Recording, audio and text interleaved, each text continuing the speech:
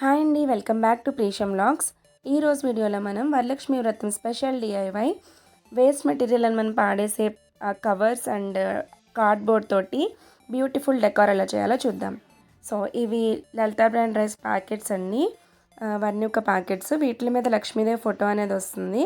So దీని మీద ఈ లక్ష్మీదేవిని అనేది సపరేట్గా నీట్గా ఆ లోటస్ షేప్లో మనం నీట్గా కట్ చేసుకుని పెట్టుకోవాలి.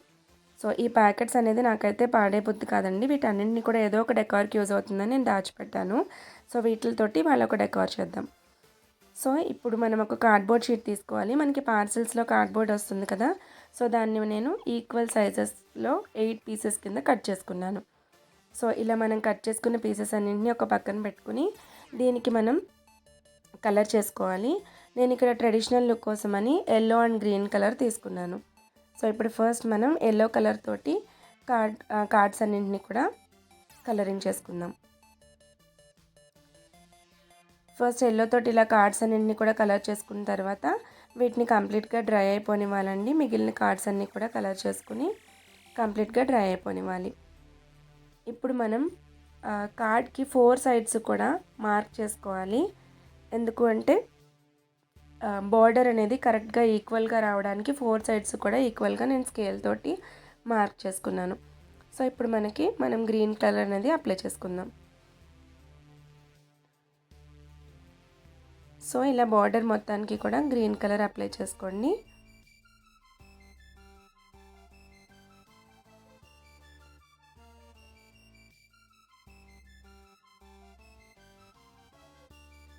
సో ఇలా రెడీ చేసుకున్న తర్వాత దీన్ని మనకి నచ్చినట్టుగా డెకరేట్ చేసుకోవచ్చు. సో ఇప్పుడు నేను ఇక్కడ దీన్ని మిర్రర్స్తో డెకరేట్ చేస్తున్నాను. సో గ్లూ అనేది అప్లై చేసుకుని నేను ఇక్కడ డిఫరెంట్ షేప్స్ ఆఫ్ మిర్రర్స్ తీసుకున్నానండి. Round, circle, triangle, square, oval shape, అలా డిఫరెంట్ షేప్స్ ఆఫ్ మిర్రర్స్ అనేది తీసుకుని వీటన్నింటితోటి కూడా డెకరేట్ చేసుకుంటున్నాను. సో ఇలా వీటన్నింటినీ డెకరేట్ చేసుకున్న తర్వాత నాకు ఇంకా కూడా మధ్యలో కొంచెంగా ప్లేస్ అనేది ఖాళీగా అనిపించింది. సో ఆ ప్లేస్లో నేను వైట్ డాట్ పెట్టుకుని దానిపైన ఎల్లో కలర్ తోటి చిన్న డ్రాప్ కింద పెట్టాను. సో ఇలా మనం ఫోటో ఫ్రేమ్స్ అన్నీ రెడీ చేసుకున్న తర్వాత మనం ఇందాక కట్ చేసి పెట్టుకున్న లక్ష్మీదేవిని దీని మీద స్టిక్ చేసుకోవాలి. లక్ష్మీదేవి కవర్ని మనం దీని మీద స్టిక్ చేసుకోవాలి. సో మనం గ్లూతో స్టిక్ చేస్తే ఈజీగా స్టిక్ అయిపోతుందండి.